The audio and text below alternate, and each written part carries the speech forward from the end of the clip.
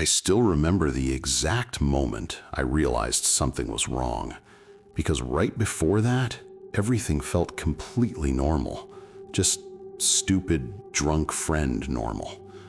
We were driving back from a party, and I was the only sober one in the car. That had been the deal all night. I'd drive, everyone else could drink as much as they wanted. Where we lived, that arrangement was pretty much the only way nights like that worked. The bars and parties were all in town, and town was a long drive through nothing but forest and farmland. My friends were Michael, Eddie, and Daniela. We'd been hanging out together since high school, and nights like that weren't unusual for us. The road we were on was Route 513. If you've ever driven those kinds of rural highways at night, you know what I mean when I say it's basically a black tunnel through trees. No streetlights, maybe a farmhouse every few miles, mostly just woods pressing up against the asphalt. It was close to midnight, maybe a little after. Daniela started whining from the back seat that she had to pee. At first, it was just complaining. Then it turned into full drunken panic. She kept saying she wasn't going to make it, that she was serious this time. I told her she could wait 10 minutes until we got closer to town, but the truth was, I kind of had to go too. Not badly, but enough that her yelling was starting to get to me. Eventually, she started screaming about it. So I pulled over. There was a stretch where crops grew right up to the roadside on one side and woods on the other. I figured we'd just step out for a minute and get it over with. Daniela stumbled out of the car first and wandered straight into the crops without saying anything. Michael crossed the road toward the trees. I went a little farther into the woods myself because I'm the type of person who can't do that if people are standing nearby, even if they're friends.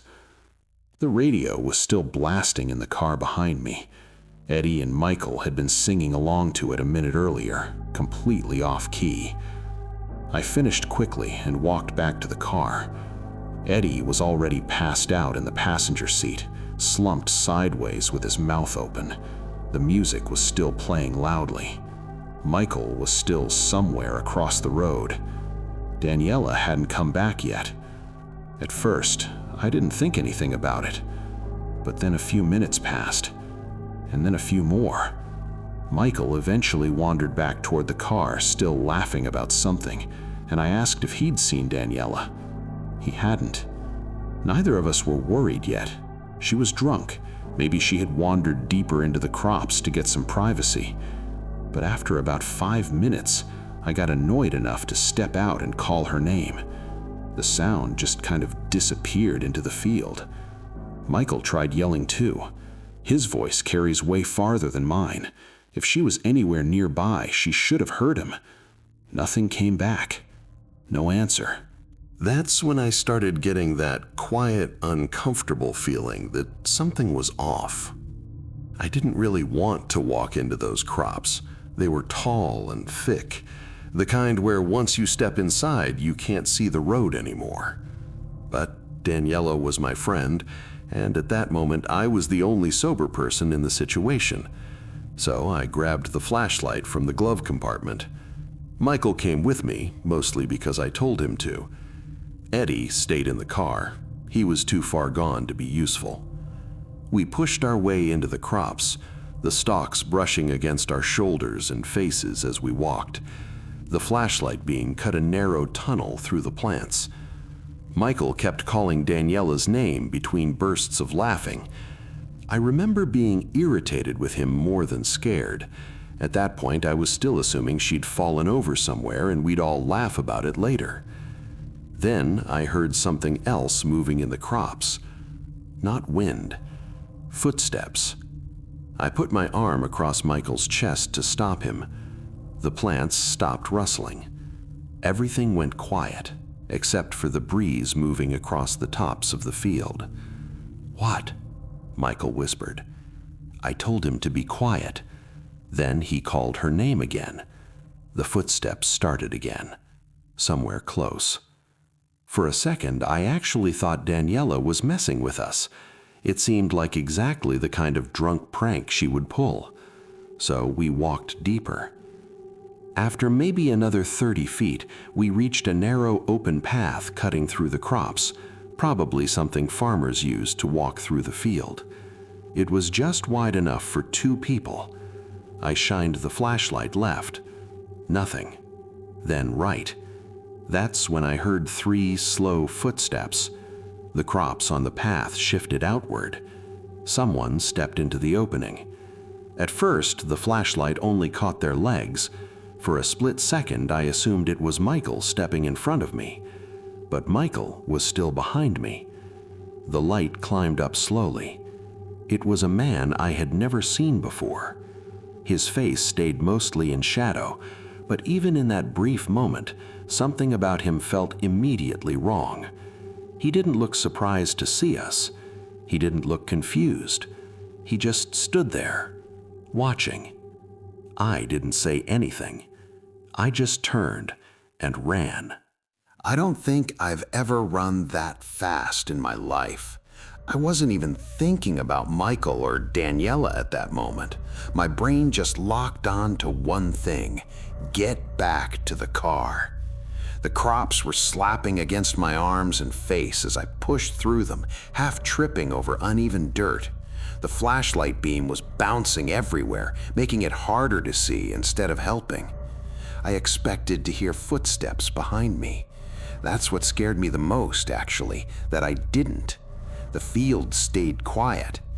It took maybe 10 seconds to reach the road again, but it felt longer because my mind was already filling in possibilities I didn't want to think about. I burst out of the crops and ran straight to the driver's door. Eddie hadn't moved. He was still passed out exactly the same way. I got in and immediately started laying on the horn. At first, I was just hoping Michael would hear it and come back, maybe Daniela too. But the longer I sat there blasting the horn into the night, the more uneasy I felt about what I'd just seen in that field. The image of that guy standing there wasn't leaving my head. I kept looking at the dark edge of the crops, half expecting someone to step out. Nothing moved. Then finally, I saw the plants shaking again. Michael stumbled out first, dragging Daniela by her arms. At first, I thought she was just too drunk to walk. That was honestly my first thought. I jumped out of the car to help him get her into the back seat. But as soon as the headlights hit her face properly, I saw the blood. There was a deep cut across her forehead, running diagonally toward her eyebrow. Blood had already soaked into her hair and down the side of her face. Michael looked completely different now. The drunk, laughing guy from 5 minutes earlier was gone. He looked pale. "Drive," he said. That was it, just that one word. We lifted Daniela into the back seat.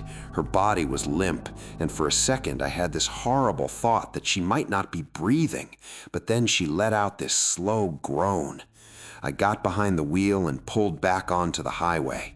The hospital was about 10 minutes away in town, but it felt like one of the longest drives I've ever done. Michael kept checking her pulse and talking to her, even though she wasn't responding. The whole car smelled of blood and alcohol. When we finally pulled into the emergency entrance, the nurses rushed Daniela inside pretty quickly once they saw the wound. Michael and I sat in the waiting area while they stitched her up. I was still trying to process everything that had just happened in the field. My hands wouldn't stop shaking, which was weird because I didn't actually feel scared anymore. It was more like my body hadn't caught up with the fact that we were somewhere safe. Then one of the nurses asked what happened. Michael answered before I could say anything. He told them he found Daniela deeper in the props, lying on the ground, and that he had seen a man dragging her. He said when the guy noticed him, he let go and ran deeper into the field. I turned to him when he said that, because that was the first time I'd heard that part.